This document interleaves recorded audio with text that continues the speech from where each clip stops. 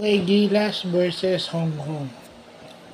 Hong Kong, China. So, it is a game that Gilas should have won. Dapat talaga panalo yung Gilas at yun yung nangyari. No?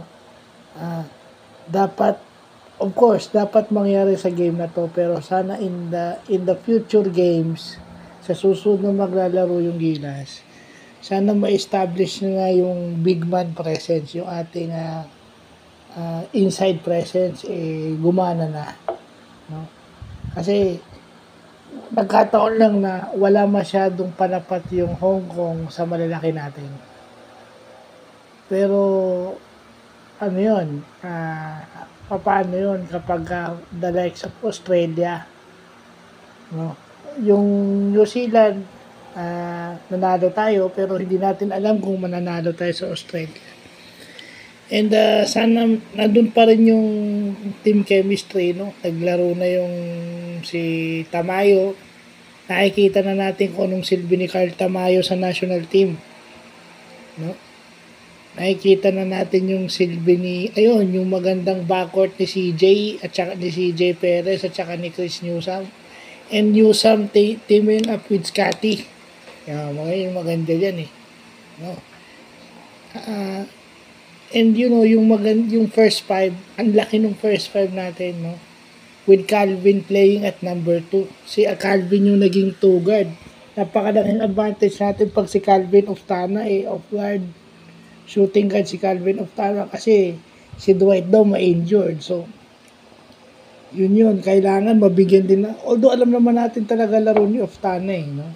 Nagkataon lang na talagang ang advantage talaga natin is yung dalawang malaki, si Soto at si Pajardo.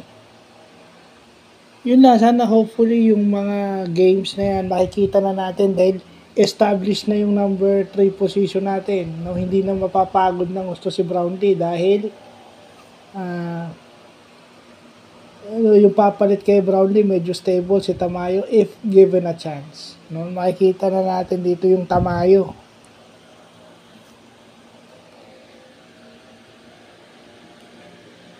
No? So, yun lang, a better win for Gilas at saka yung kanilang depensa. Yung depensa nila, yung baback up kay Scotty sa guard position which is si Calvin Oftana nga this game. Yun ang naging sayang hindi natin nakita yung effect nun. Pero when Newsome came in, doon natin nakita. Doon natin nakita kasi yun yung defensive backcourt, yun yung core ng ating perimeter defense. Yung dalawa na yun, si Scotty at si Newsome. Si Thompson at si Newsome. With Oftana naman, offense naman yun. Pag si Calvin Oftana naman, it's offense. So, yun yung maganda nakita natin. I mean, wala na ako ibang sasabihin kasi dapat naman talaga manalo yung Gilas this game. At saka medyo erratic pa rin yung Gilas.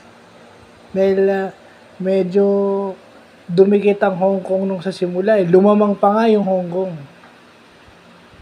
So, ibig sabihin talagang may malaki lang talaga tayo at saka na-control natin yung rebounds. No? Yun din yung sinasabi ko na tingnan nyo yung Hong Kong, umasa sa 3-point shots. Kung hindi pumapasok yung 3-point shots nyo, kagaya ng Hong Kong, hirap na hirap sila sa Pilipinas. Dahil may matatangkad nga So, yun lang po.